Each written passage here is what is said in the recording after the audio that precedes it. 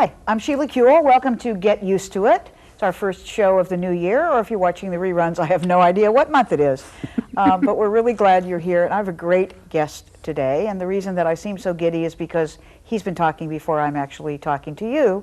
It's Bruce Vilanch, who's a Emmy Award-winning writer. You've probably don't even know all the wonderful, funny stuff that he's written for Bette Midler and a number of other people, as well as all the Academy Awards shows that we've seen, well, recently. Writes for The Advocate, now writes for Hollywood Squares, and occasionally even appears in one of those squares. Clearly the funniest person on the show. I'm the openly secret square. The openly secret square, and the bonus square sometime, one would think. If I know how to work it. Welcome. So glad you're here. Oh, it's a pleasure.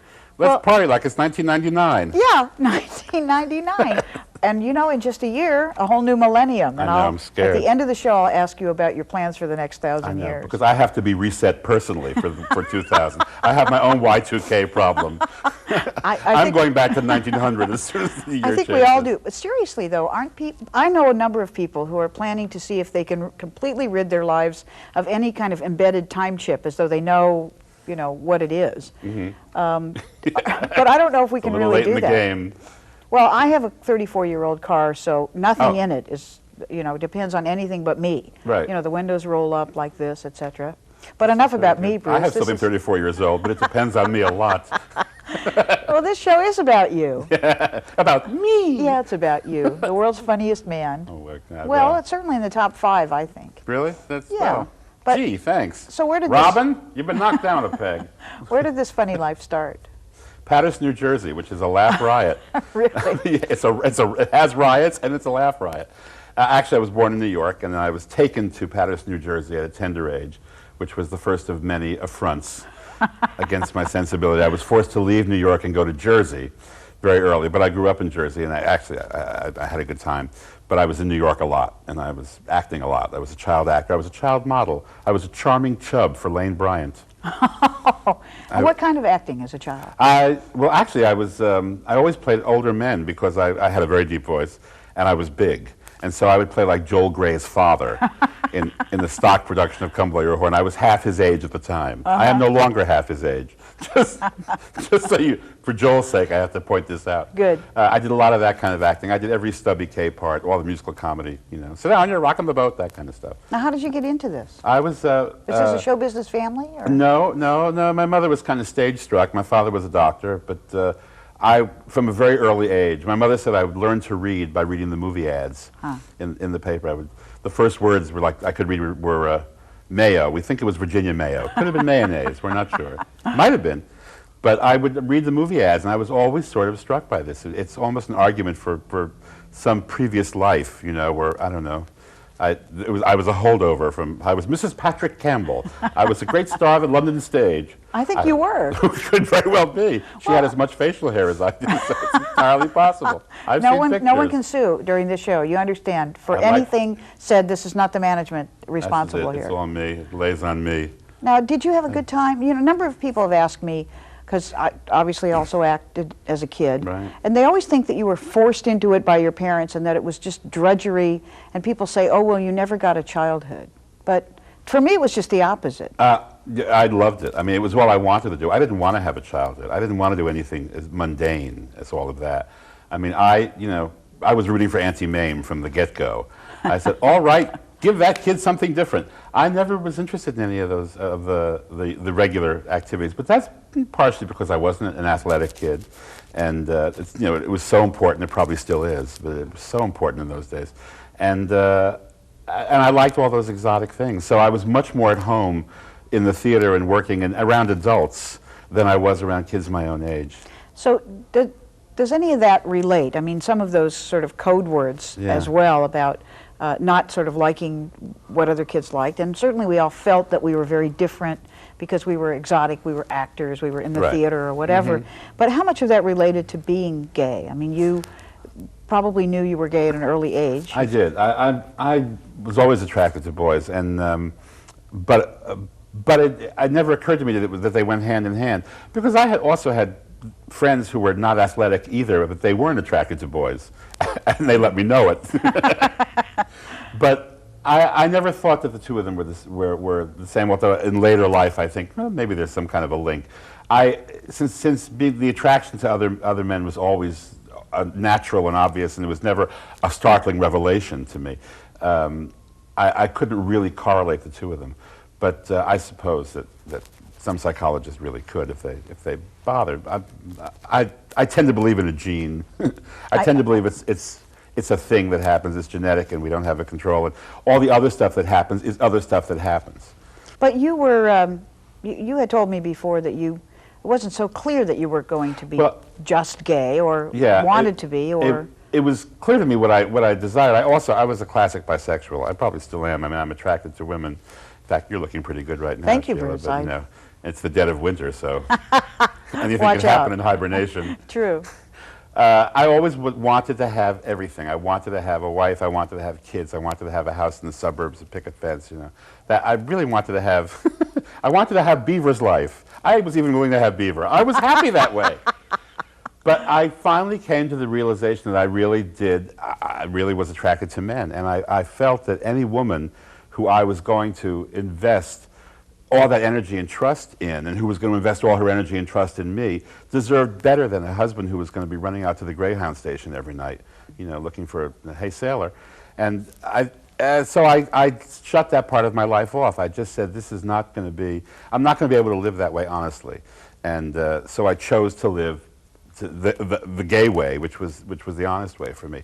And a lot of gay men are repelled by women and have a real problem with women, and I adore them. I mean, I embrace them, and my closest business and personal relationships are with women.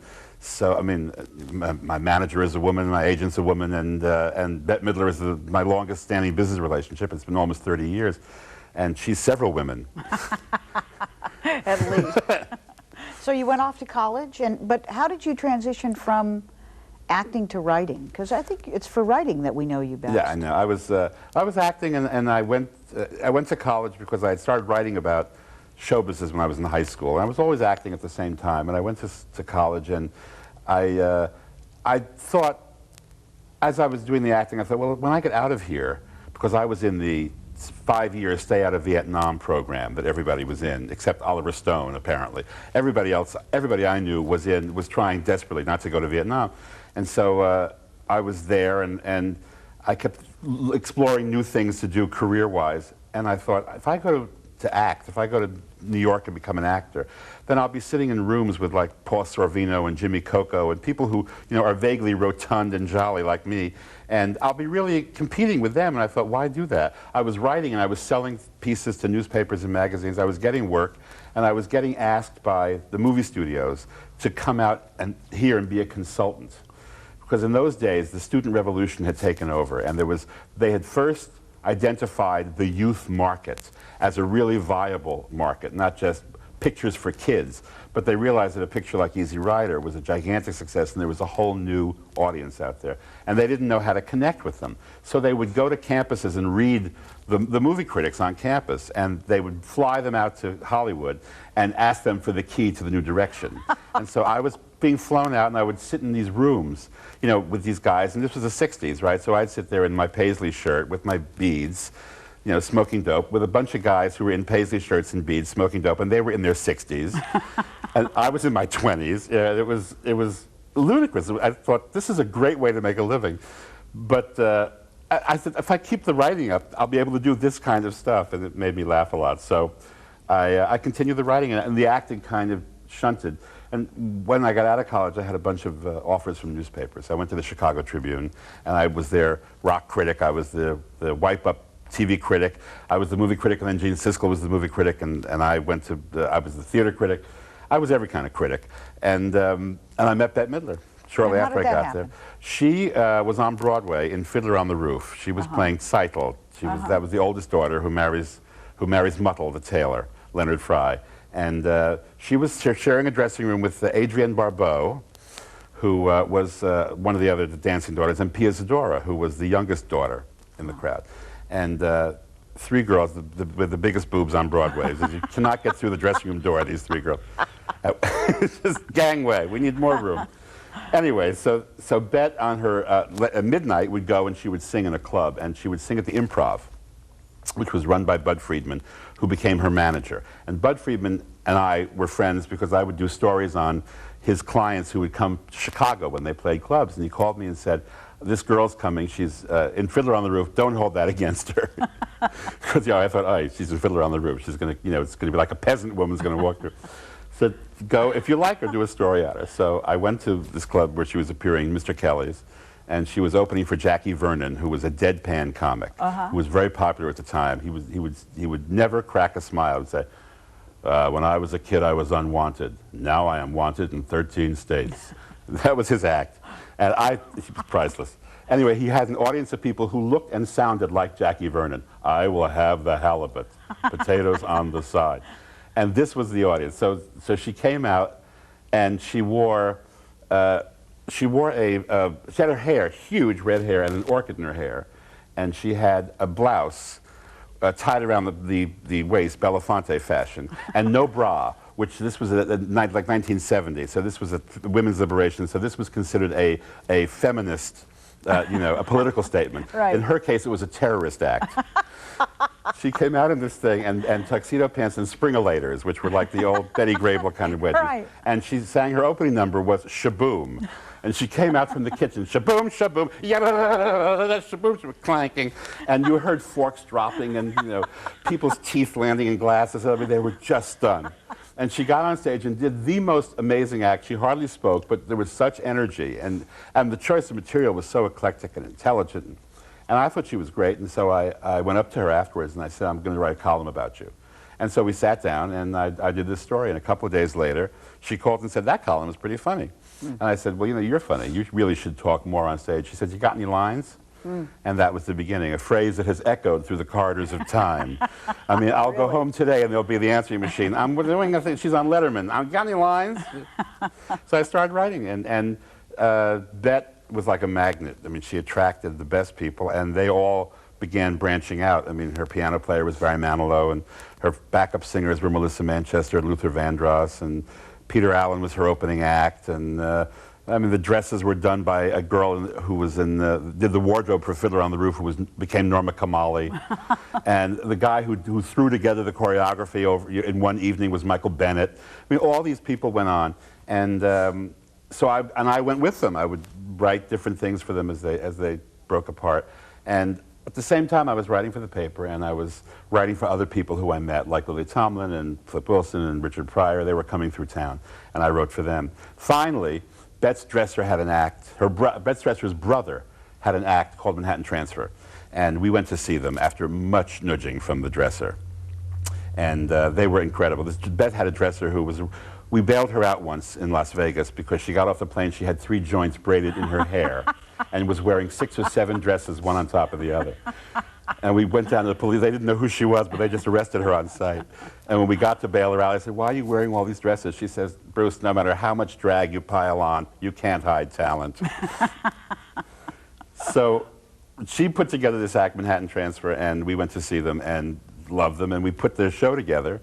And Bette got her manager down there and her record company. And pretty soon they had an act, and they got a television series. And I came out here to work at your alma mater, CBS, in 1975 on this Manhattan Transfer summer series, which no one remembers happened. Even the transfer has quietly forgotten about it. I have tapes, however.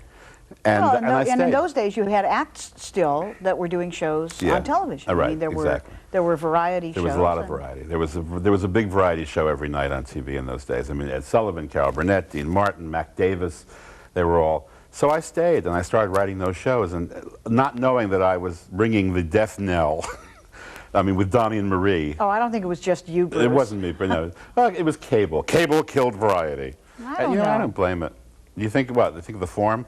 And also people, there aren't those kinds of people go in and out of those entertainers. things. I mean, we did comedy, and then there was nothing until All in the Family, for, Oh, that's true. Yeah, for 10 years, and there was all this serious 90-minute stuff. And I do think that things sort of are popular, and then they're not, even in terms of the genre. Yeah. People don't really notice. They're trying to revive that form of variety now, but it's hard because there aren't the performers. Well, and even if there were, you know, now instead of going watching people spinning plates, Yeah. you know, we're going to the Cirque du Soleil. There's Right. just a kind of It's a just a more difference there. sophisticated Really. plate spinning. Yeah, very. That's true. Very. That's true. So you have an extraordinary talent for writing in, I guess, what people would say are other people's voices. But in a sense, you're really sort of creating their voices for them. I mean, how do you often. decide what you'll say for Bette to say, or you know, someone different, Flip Wilson? Of course, it wasn't that different always, but It actually wasn't.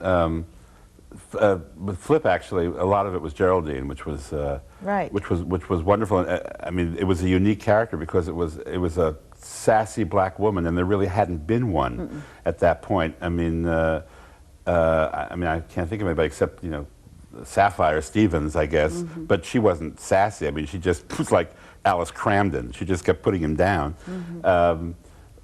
It's about developing a persona. Once someone has a persona, then you can write to that. I mean, the Miss M character that Bette has, which is kind of bawdy and kind of tacky and on the edge and outrageous, and her view of the world is from the outside looking in and saying it's just ridiculous what all these rich and beautiful and famous people are doing, and in fact I am the most beautiful of them all. I just am overcome with my own fabulousness, and so this allows me to rule on them. It allows me to make judgments on them. It's a similar energy that Miss Piggy has, and that which I've also written. I've also written Waylon Flowers and Madam years ago.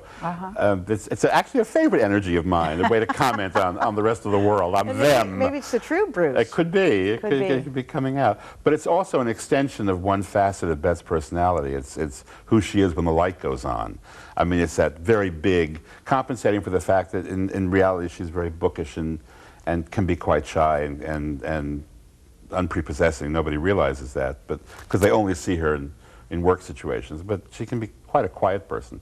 Well, it's kind of extraordinary, I think, because you, I've always thought that you and really fine writers like you allow that person's character to emerge. I mean, I think people feel that is the real Bette and don't know that you're sort of just writing from her from, you know, watching.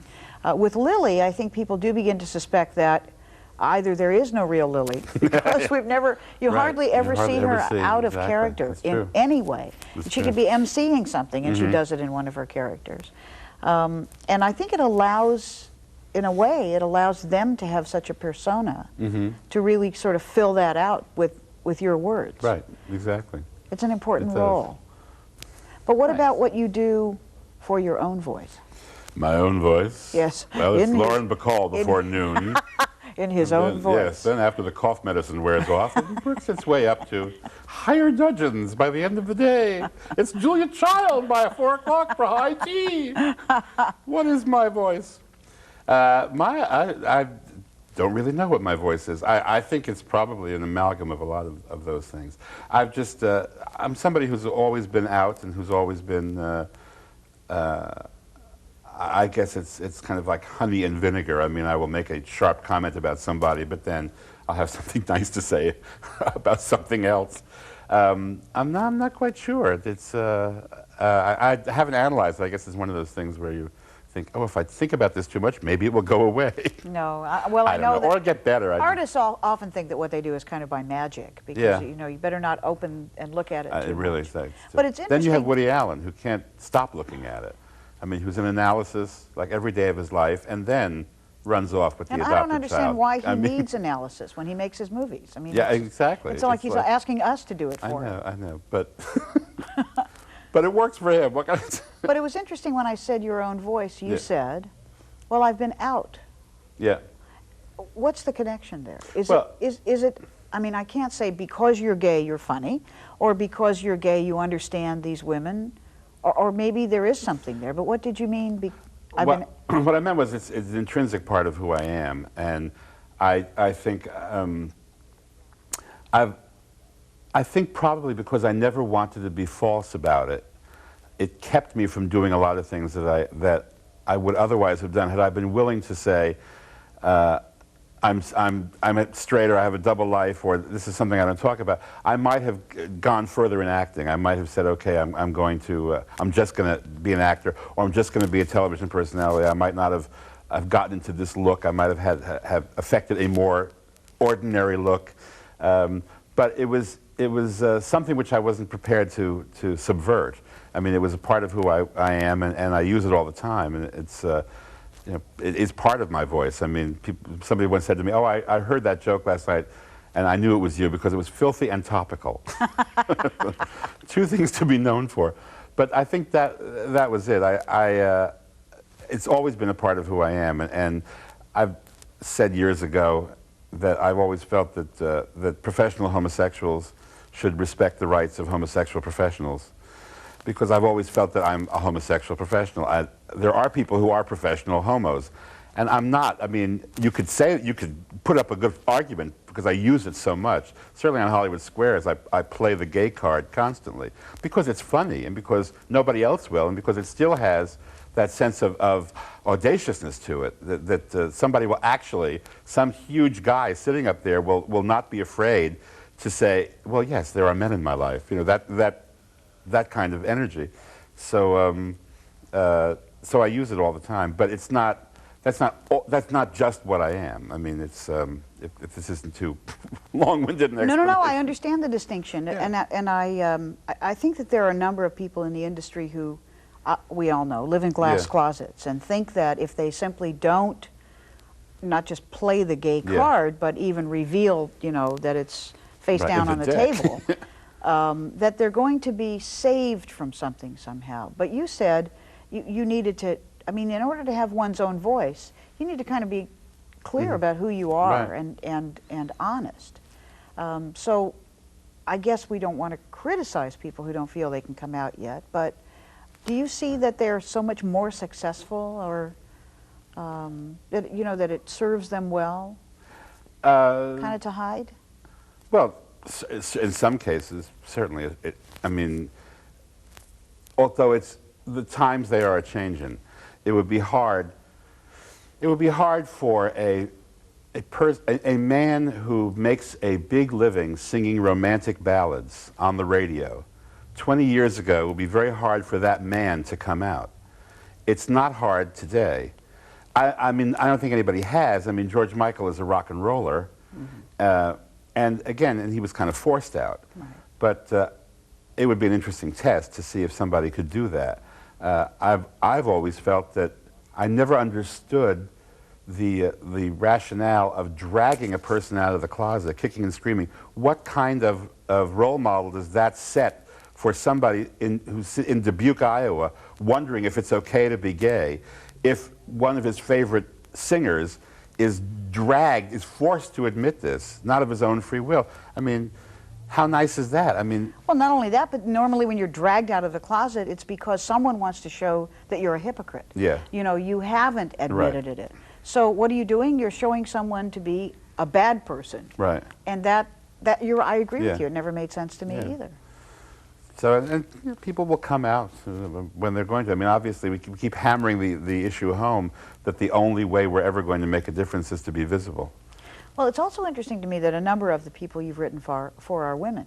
Yeah. And the voice that you find for them, that same big sort of brassy voice, it's always struck me that for gay men that's a leap difficult to take but very satisfying, because there's a big brassy voice in there that is seen to be a dangerous voice to use, not a masculine voice. Yes, absolutely. Is it easier for you to write for women? I know you've written for a number of men as well, but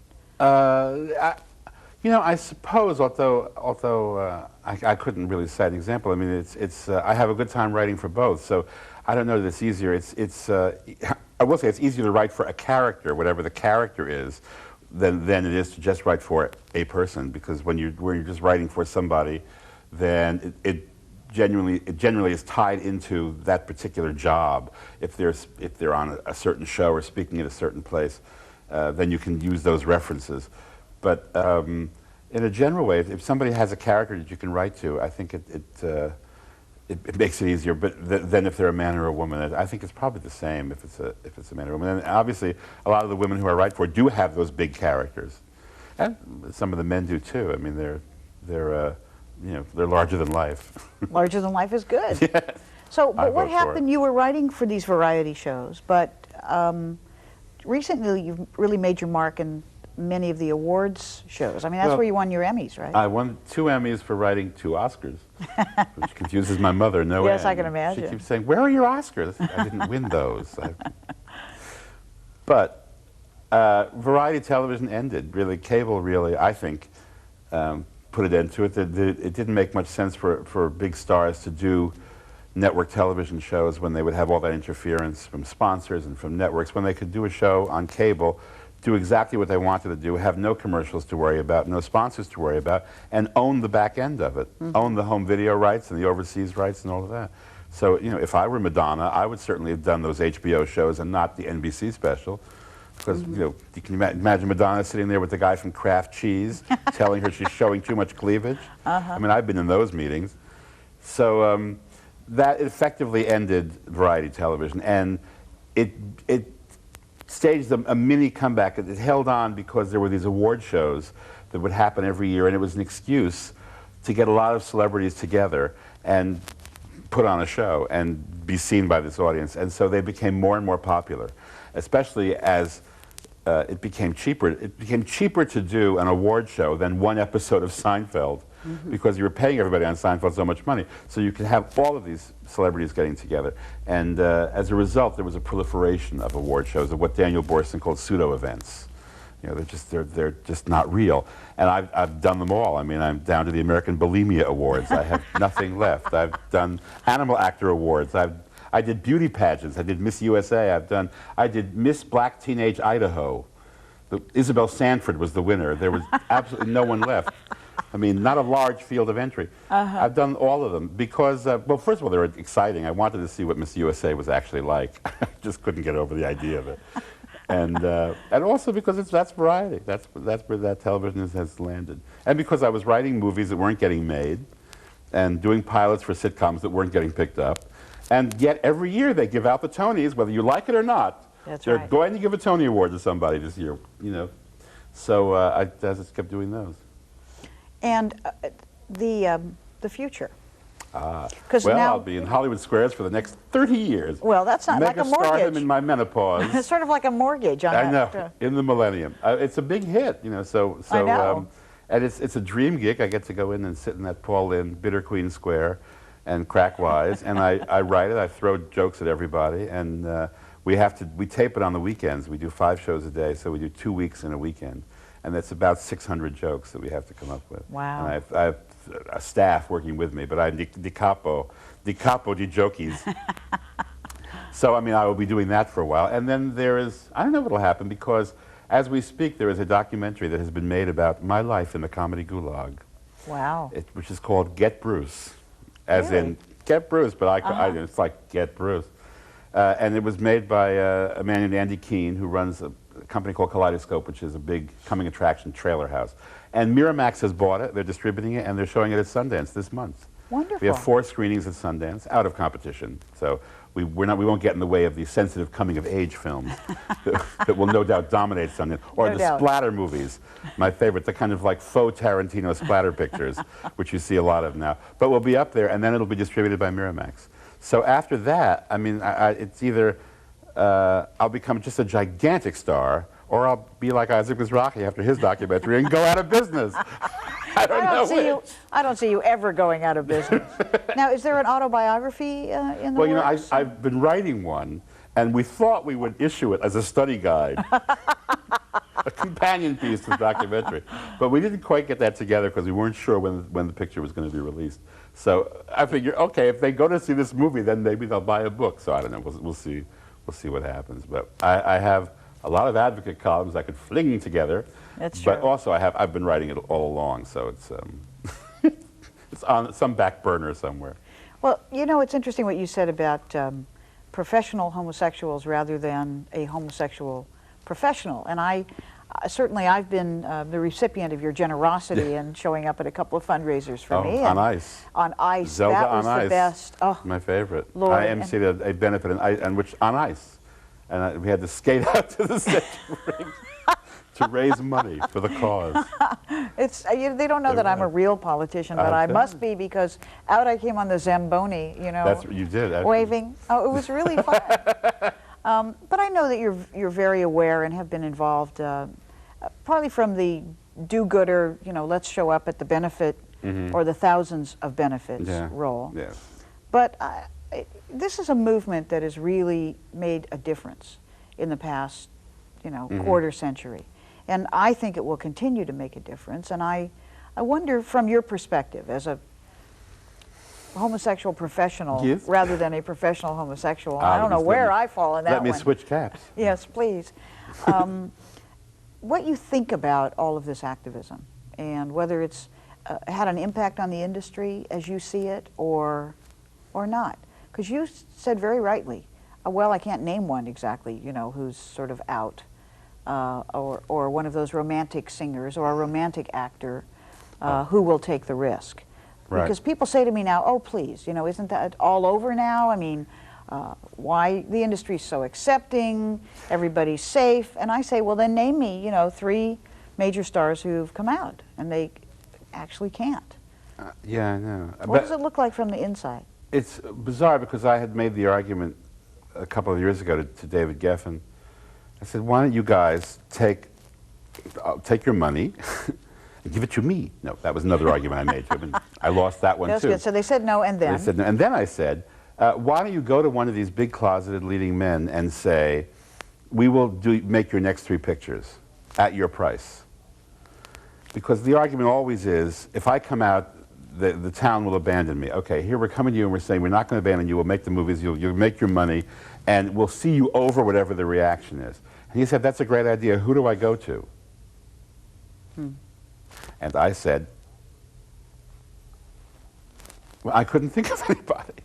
Now, either I'm woefully misinformed or ill-informed, and I just don't know what people are up to, or there just isn't anybody in that category at this point, at this moment in time. There isn't anybody who really qualifies.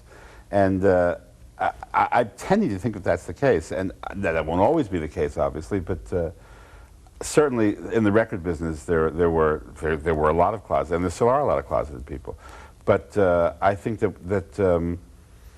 that's a different scenario. I think it's harder because in the music business you're dealing on a local level with people. I mean, the reason that people haven't come out in the music business traditionally has been what happened to Elton John in the 70s when he announced he was bisexual. And what happened was the station in Des Moines, Iowa gets phone calls from the churches saying, you must drop him from your playlist. How can you play that guy? And so you're asking the radio station programmer in Des Moines to be brave and to be an activist. And he's not going to do that. He's just going to drop him from the playlist. And the same thing happened to Boy George with Culture Club. As a result, once those stations stop playing you, the momentum goes away and you don't get a hit and you don't happen anymore. That's not the same in the movie business. The movie business, a studio can keep firing, they can keep coming with you, and the local theaters are going to play the picture anyway. They're not going to cave in because most of them are mass chained owned anyway. There have been a number of leading men that we now have discovered later, 30 years later, were gay or lived a somewhat gay lifestyle. Yeah. And yet, to say now, because now it would be found out, everybody would certainly know, everybody would certainly talk about it.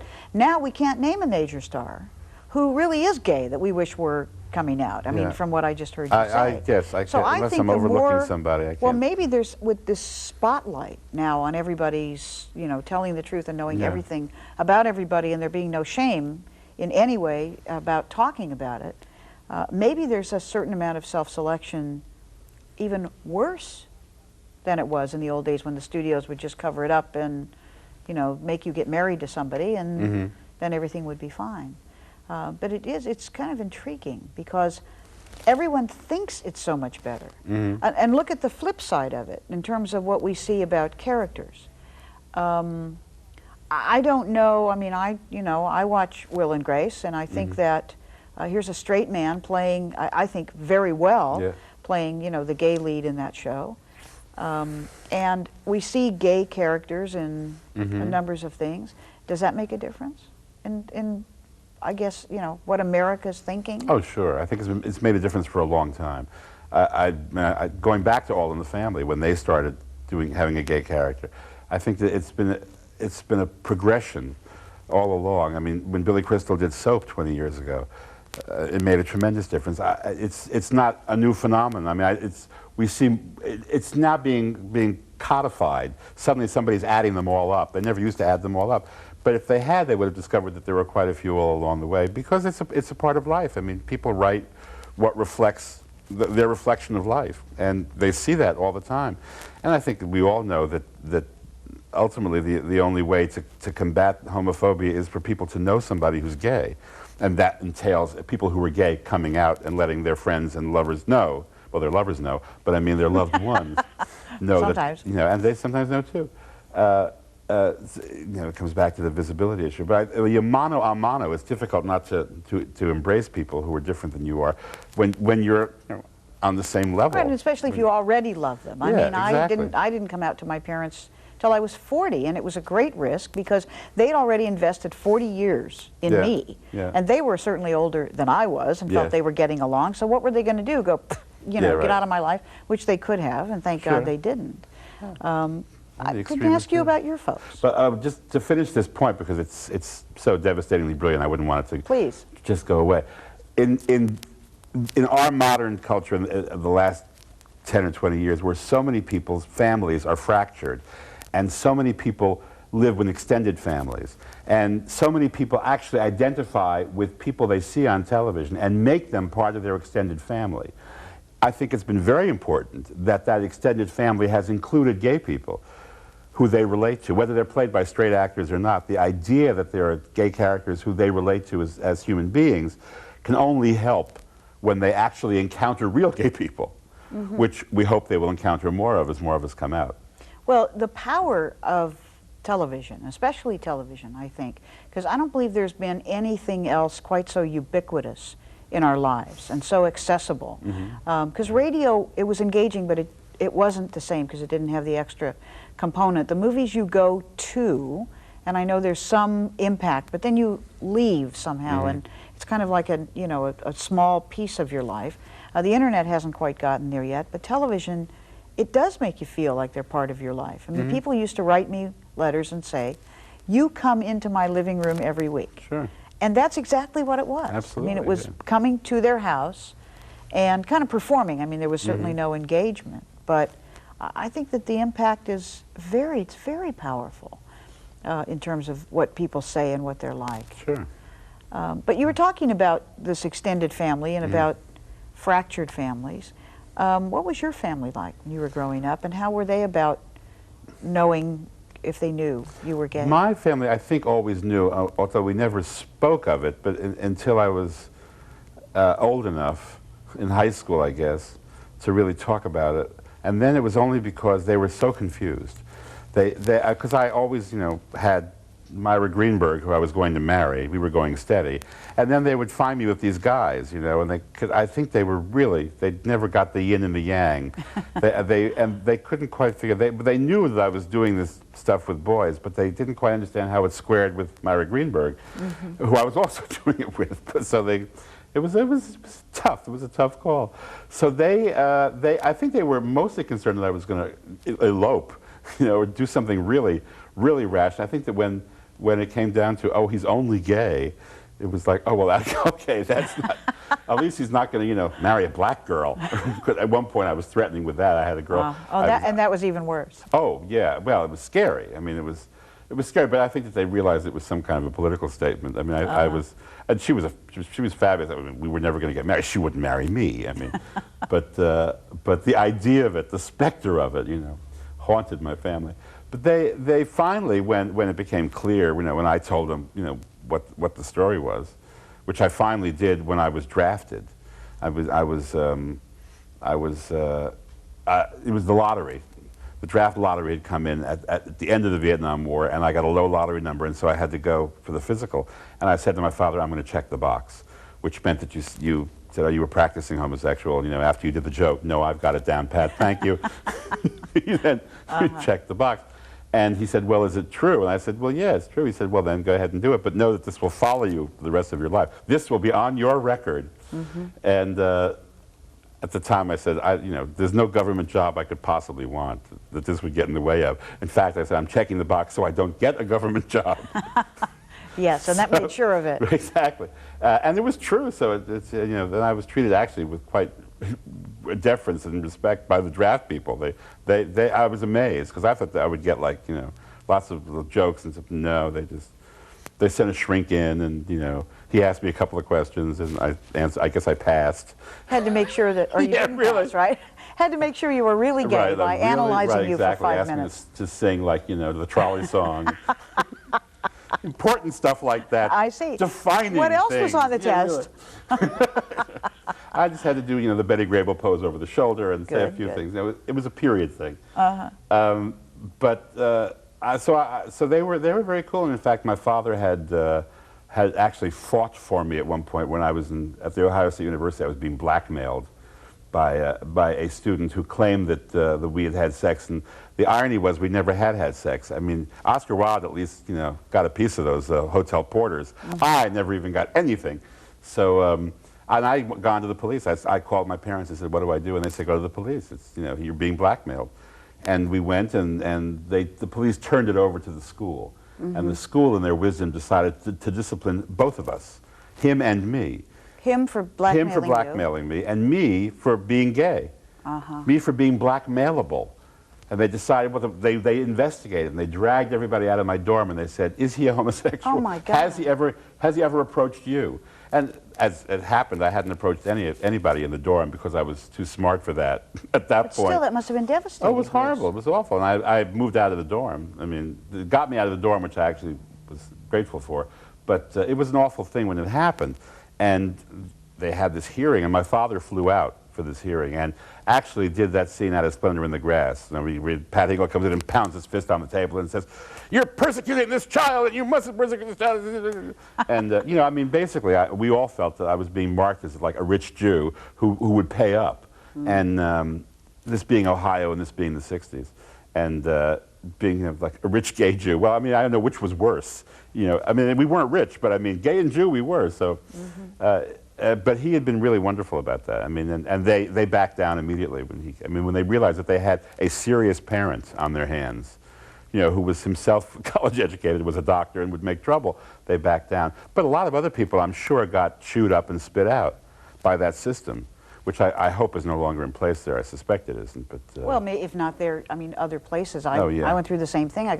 When I was kicked out of my sorority, and then the Dean of Women had this record on, that I was suspected of being gay, and it was devastating because all your friends sort of, or people at least, that you were friends with, they sort of melt away, except for a few. Right. And of course, those are the few I'm still friends with 35 years later, but it was devastating at the time because you don't know what effect something will have down the line. And when your father says to you, but this is going to be on your record, and he wasn't kidding, but he wasn't saying it in a hateful manner from what I could tell. Really, they want to take care of you. Yeah.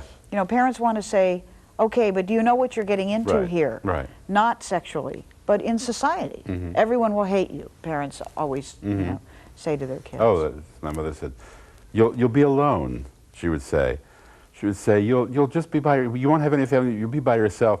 I always found this ironic in the light of the fact that the only gay people she really knew were these two old queens who made dresses for her.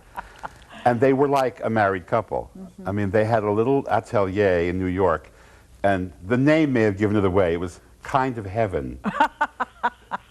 And they really were just two old queens. And one of them was a designer, and the other one was the sewer. And they were like, they came to my bar mitzvah. They were like, really close. And I said, you mean, but look at those two. I said, I'm gonna be alone. I'll wind up with one of those two old crones to go through life. What do you mean alone?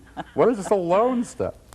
Are your folks still alive? No, my father died about 20 years ago, and my mother is still around. My mother is alive and very much kicking. Sincerely kicking. Well, it's wonderful to be able to remember your dad doing that. I was thinking about the scene in Scent of a Woman, where he shows up and gives them a big lecture about what they're doing to the guy. But so, what do you think if a young writer, like yourself, no, but a slightly younger writer who is has been out because he's of a generation now where everybody knows he's gay. And he wants your advice about, you know, what to do about this. And there are a lot of people watching this show that I think are somewhat in an ambivalent situation. They don't have their career together yet. They think that they want to be, you know, brave about their identity. But they're really not sure. And sometimes when they look at people like you and maybe even me, they say, well, it was easy for them because they just did it and look, it turned out all right. But what if it doesn't turn out all right? And I think some of the stories that we tell show that it wasn't all right always for us either. But what would you say to them? And I'm sure people do ask you for advice. Well, I speak from an unusual position because I'm an unusual individual. And I think I probably made a decision somewhere along the line to use that, to just work that to the wall. Because, I mean, I don't look like anybody else except maybe a Muppet. I mean, that's, you know. And Shelley Winters on heavy flow days. But the rest of, for writers, certainly I would say be who you are. I don't think, I tend to believe that the era of major discrimination against writers has kind of gone. I mean, I know that when I started out, I remember Merle Miller saying a fag is a homosexual gentleman who's just left the room, and I determined I was you could call me that, but you were going to have to deal with me on it. I was going to call myself that first, or I was going to let you know that you couldn't do that. And so I think that that people have an obligation when they are in a homophobic environment to identify themselves, because if they don't, they'll never change it, and they then become part of the problem and not part of the solution. And I mean, it's easy for me to say I don't think that you will lose your job or be fired as a result of that, but you might. But I suspect that in most cases, people just want to know. When they find out that they are dealing with somebody who's gay and that there are certain lines that can no longer be crossed, they adjust. Just the way they adjust to black people and the way they adjust to women and the way the old power structure has quietly shifted to the other side. And I think it's worth taking that step and being brave. I also think that that if you write good stuff, it doesn't matter what your sexuality is. I mean, they're not going to, it'll be at the bottom of the list of things that they're interested in. I mean, it will finally come up when they want to be friendlier with you, and so they invite you and your wife, girlfriend, spousal equivalent, significant other, sheep. What have you got there in that room? You know, that's when it finally, you know, comes up. They say, well, you know, everyone's bringing their wives. What are you bringing? But it's okay. But it's okay. It's okay at that point to say, I'm bringing Ahmed. And you can't get out to the full range of your talent, I don't think, unless you decide that you're going to be honest. Because the first coming out is to yourself, obviously. Right. And it doesn't turn out to be this great miracle that, well, I came out and then it was just heaven all the way after that, because it isn't. But the stuff that you lose turns out in hindsight to have been really good stuff to lose. Yeah. You know, you're not working for those people, you're not being someone that you're not worrying every day, are they going to find out? I think that it's different. It's interesting to me when, you know, Tammy Baldwin was just elected to the Congress, the first lesbian elected to Congress, and the first gay or lesbian person who was out when they were elected. I mean, out. And it was a relief to her not to have to deal with that fear. She worried about homophobia. But not about being exposed suddenly, you know? I mean, it's like some guy said to me when I was first running, you know, I hate everybody but you because they're all dishonest, but you've already told us the worst thing about yourself. It was such a relief to my voters, like, she did that, why would she lie to us about anything else? She's willing to be dishonest. That would be good for a politician, you know? So I think that it really works in a funny way, looking sort of back. You know, along the road. And eventually we get to the point where it's not a bad thing to say. Exactly. It's a kind of a good credential. Certainly people think you're funnier. And you are. Of course. You are the funniest. Well, we'll see about that. I'm always, and now watch me as I dance on my head and spit wooden nickels. I know. Here's the hysterically funny. It just reminds me of Sophie Tucker when she played the Palladium in London, and Lenny Bruce was on the bill. And Lenny Bruce used to do material about Sophie Tucker. He really hated her, and she had heard the material, and she was really, really pissed at him. And she got out there and she said, and she sang something like, you know, "My Yiddish Mama Has Cancer," one of those songs that, you know, just the audience dissolves in tears. And she said, "And now I'd like to sing a song dedicated to those wonderful young men who went to Dunkirk and did not come back. Why didn't they come back? Because they are dead. And now the comedy of Lenny Bruce." She walked off. And they're all, "Oh." And he comes on, you know, She got it. and he said it was Mount Rushmore. You know, he said it was an oil painting out there. I could say Lincoln, Jefferson. I was. She got him. She got him. Got him. She got him. So, yeah. Well, speaking of voices, that's one of my favorite Bette Midler voices. I mean, Sophie Tucker, and I am responsible for that. I introduced her to Sophie Tucker. I was a big fan, and when I first started working with Bette, I took her to see Frances Faye, who was hilarious, and Rusty Warren, and Dorothy Donegan, Hazel Scott. There were a whole bunch of these women. Most of them played piano, and they talked, and they were really bawdy, and just it was like a party. And Sophie Tucker actually, who didn't play piano, but it was the same kind of anything can happen sensibility, and making fun of herself. And I mean, towards the end, you know, "I'm a red hot mama," and she was like 300 pounds, most of it feathers, you know, and sweating with a handkerchief, and doing these double entendre jokes, you know, and talking about her. I made up the boyfriend Ernie, but she had jokes like that. I mean, and then of course.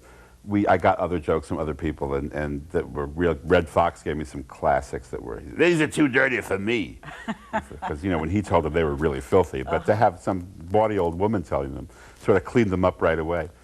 So that's my contribution to pop culture. It certainly is. And it's ongoing because whenever she has to do anything, she says, "Give me some new Soph jokes," you know, like they just. Well, someone called me and said, "You know, you should have Bruce Vilanch on your show. He is Bette Midler." Don't tell her. But she's so much more than. Of course. She's astonishing. I mean, she turns on a dime. I mean, Bette is the only performer I've seen who can come out there and and do, I mean, a song, and just break your heart. I mean, just break your heart, and then turn around and tell a fart joke. I mean, and just like that. I mean, she's both sides of that. I mean, she is the comedy and tragedy coin. And she's remarkable. I mean, I've never seen anything like that. I mean, she's the only one who really. Other people are like it, but she's the only one who really does that. We're big fans. We're all big fans. So, are you writing another award show? I'm doing the American Comedy Awards, which will come up, which is always a favorite because the whole show is just shtick. It's lots of funny. And then I'll be doing the Oscars again, and maybe the Grammys. I'm not sure yet, but the Oscars I'll be doing. At the moment, we don't know whether Billy's going to come back, but we'll find out. I don't know how he can resist. I said, "Billy, how can you resist the Saving Private Ryan number?" I mean, dancing around with one arm on the. I mean, it's true, and you could write it. It's too scary. I mean, it's because you know it's one of those pictures that's reverential. How can you? Is there something you want to write that you haven't had the chance to yet? God, no. I mean, I've had the chance. I've failed at a few of them. I'm going to say. A big Broadway show. I'm writing one now with Cy Coleman, but I had a big flop 20 years ago, so it's like I've had the opportunity. Well, things turn around in 20 years. But no, I mean, I don't think so. I think I like what I'm doing, and if there was something that I really wanted to do that badly, I would be doing it. I mean, I really believe that most of us live a lot of our lives in denial, and the sooner we stop doing that, the happier we are. I mean, this is what I do. For a long time, I said to myself, I'm going to be Neil Simon. I haven't become Neil Simon. Why aren't I Neil Simon? You know, because I saw myself cranking out one play after another. And I then began to realize, guess what? This is what I do. This is not practice for something else. This is what I do. And I better have a good time doing it or do something else. And I realized I do have a good time doing it. And if I want to do something else, it's within my power to do something else. But clearly, I'm doing what I like doing. And most people don't recognize that about themselves. They go to their graves denying that this is the real thing. And I think that barring some hideous misfortune, we have the power to give ourselves the real thing. And the sooner we do it, the happier we are.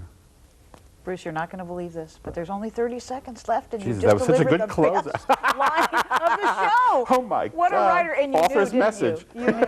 I'm so grateful to you for being on the Thanks. show. It was so much fun. This was a whole hour. It went by in 4 minutes, and I'm a great admirer of your work, and certainly of you. And I thank you very much.